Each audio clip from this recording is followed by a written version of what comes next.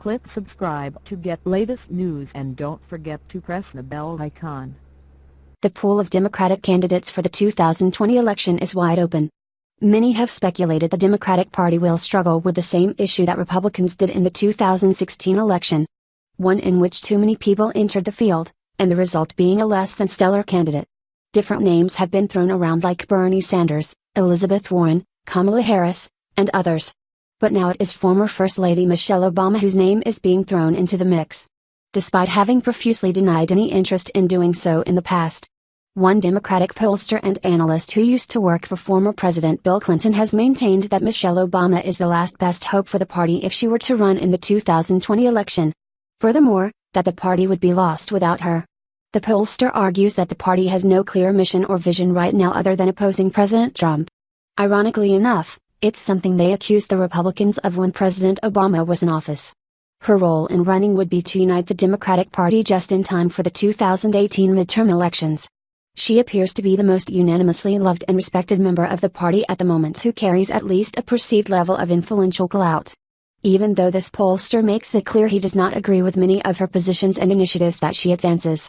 The Hill reported the following: "It cannot be overstated how eagerly the Democrats want to take back the White House in 2020. The Democrats face many obstacles in this effort, but the greatest threat is the fierce internal divisions within the party." Two of the leading prospective presidential candidates, Sens. Kamala Harris, D. California, and Elizabeth Warren, D. Mass., have begun national fundraising operations.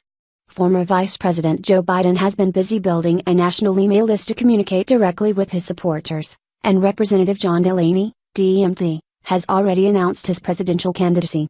The only person I can see accomplishing this would be none other than the party's most popular political figure, Michelle Obama. Let me be clear, this is not an endorsement. I have been, and still am, critical of Barack Obama's presidency. Michelle Obama would not be my candidate, and I do not agree with many of the positions I believe she would advance. But as an analyst, Michelle Obama is clearly the Democrats' best chance to reunite the party and win back the White House in 2020. He continued his opinion piece saying, "Michelle Obama is perceived as a strong, well-qualified leader with immense national popularity. Broadly, the polls show she is respected by the American people and by the near entirety of the Democratic Party." Although Michelle Obama has stated that she is not interested in a presidential bid, her appeal and support for her husband remain robust. According to the January 2017 USA Today Gallup poll, Michelle Obama left the White House with a 68% favorability rating, compared with 58% for President Obama and 61% for Vice President Biden. While it is common for first ladies to be more favored than their husbands, Michelle Obama's favorability is substantially higher than Hillary Clinton's rating of 56% from 2000 when she and President Clinton left the White House. Further, in plain terms, Michelle Obama would be a far superior candidate to Hillary Clinton. I opposed Hillary Clinton because she faced ethical issues that could very well have initiated a constitutional crisis had she been elected. Michelle Obama does not face such controversy. Furthermore, Michelle Obama's favorability rating is significantly greater than President Trump's. According to the Real Clear Politics average, Trump's latest favorability rating lies at 39.7%, a whopping 30 points less than Michelle Obama.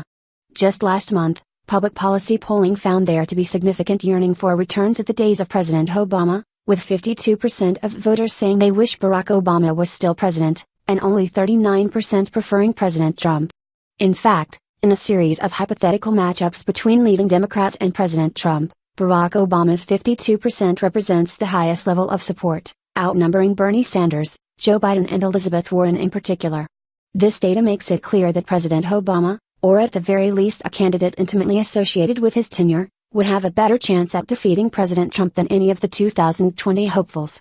Considering that Michelle Obama had an even higher favorability rating than President Obama when he left office, she clearly would have a tremendous opportunity to succeed if she ran. As an analyst, I believe that she is the candidate the divided Democratic Party needs. Otherwise, the party could well rip itself apart. Michelle Obama stands a cut above the rest as the only prospective candidate who can bring the party together, rebuild the Obama coalition, win back the Midwest and, thus, win the presidency. A Michelle Obama presidency would be just as bad for this country as her husband's, make no mistake. This is nothing to be promoted or glorified. If this is the best their party can come up with, then they are far worse off than anyone had ever imagined.